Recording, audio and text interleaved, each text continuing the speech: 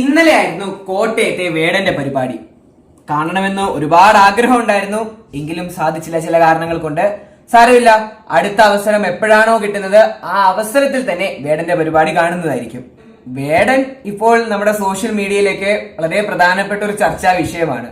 ഇത്തവണ അദ്ദേഹത്തിന് കിട്ടിയ സ്റ്റേറ്റ് അവാർഡ് ശരിയാണോ തെറ്റാണോ, അതിനെ പ്രതികൂലിച്ചും അനുകൂലിച്ചും ഒക്കെ ഒരുപാട് ചർച്ചകൾ നടക്കുന്നു. ഞാൻ വേടനിലെ പാട്ടുകാരനേക്കാൾ അദ്ദേഹത്തിലെ എഴുത്തുകാരനെ ഇഷ്ടപ്പെടുന്ന വ്യക്തിയാണ്. ചുരുങ്ങിയ വാക്കുകളിൽ ലളിതമായ വരികളിലൂടെയൊക്കെ തീക്ഷ്ണമായ ആശയങ്ങൾ കുറിക്കൊള്ളുന്ന രീതിയിലാണ് വേടൻ അവതരിപ്പിക്കുന്നത്. ഇത്തവണ സ്റ്റേറ്റ് അവാർഡ് കിട്ടിയ ആ പാട്ടിലെ തന്നെ വരികൾ, അതിലെ തുടക്കം നോക്കുകയാണെങ്കിൽ, വിയർപ്പു തുന്നിയിട്ട കുപ്പായം, അതിൽ നിറങ്ങൾ മങ്ങുകില്ല കട്ടായം. തുടക്കത്തിൽ ആ വരിയിൽ നിന്ന് തന്നെ നമുക്ക് മനസ്സിലാകും ചുരുങ്ങിയ വാക്കുകളിൽ എത്ര വലിയ ആശയങ്ങളാണ് അദ്ദേഹം പറയുന്നതെന്നൊക്കെ. എങ്കിലും ഇപ്പോഴും പലരും പറയുന്നത് പണ്ടത്തെ കാലത്തെ വയലാറും ദേവരാജൻ മാസ്റ്ററും പി ഭാസ്കരനും കൈതപ്പുറം ഒക്കെ എഴുതുന്നത് പോലെ പാട്ടുകൾ എഴുതാനും പാട്ടുകൾ സൃഷ്ടിക്കാനും ഒക്കെ പുതുതലമുറയ്ക്കൊന്നും കഴിയില്ല എന്നാണ്.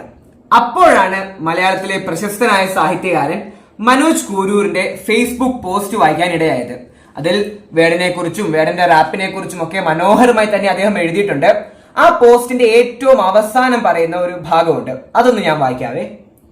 ഇപ്പോഴുള്ളതൊന്നും കൊള്ളില്ല എന്ന് സ്ഥാപിക്കാൻ മുൻകാലങ്ങളിൽ ജീവിച്ച മഹാന്മാരായ മറ്റു ചിലരെ പറ്റി ഗൃഹാതുരത്വം കൊണ്ട ഒരാളോട് എന്റെ ഒരു സുഹൃത്ത് പറഞ്ഞത് ഇങ്ങനെ: അവരൊന്നും ഇനി എന്തായാലും ഇങ്ങോട്ട് വരാൻ ഭാവമുണ്ടെന്ന് തോന്നുന്നില്ല, താൻ അങ്ങോട്ട് പോവാണ് ഭേദം. പണ്ടത്തതെല്ലാം വളരെ കേവം, പണ്ടുള്ളതെല്ലാം മികച്ചത്, പുതിയ കാലത്ത് കാര്യങ്ങളൊന്നും അത്ര ശരിയല്ല, എല്ലാം മോശമാണെന്ന് പറയാൻ ശ്രമിക്കുന്ന പലർക്കുമുള്ള ഒരു മറുപടി തന്നെയാണ് ഈ ഭാഗം. ഞാൻ ഒന്നും കൂടെ വായിക്കാം, അവർക്ക് വേണ്ടി ഈ വരി ഞാൻ ഡെഡിക്കേറ്റ് ചെയ്യുന്നു. അവരൊന്നും ഇനി എന്തായാലും ഇങ്ങോട്ട് വരാൻ ഭാവമുണ്ടെന്ന് തോന്നുന്നില്ല, താൻ അങ്ങോട്ട് പോവാണ് ഭേദം.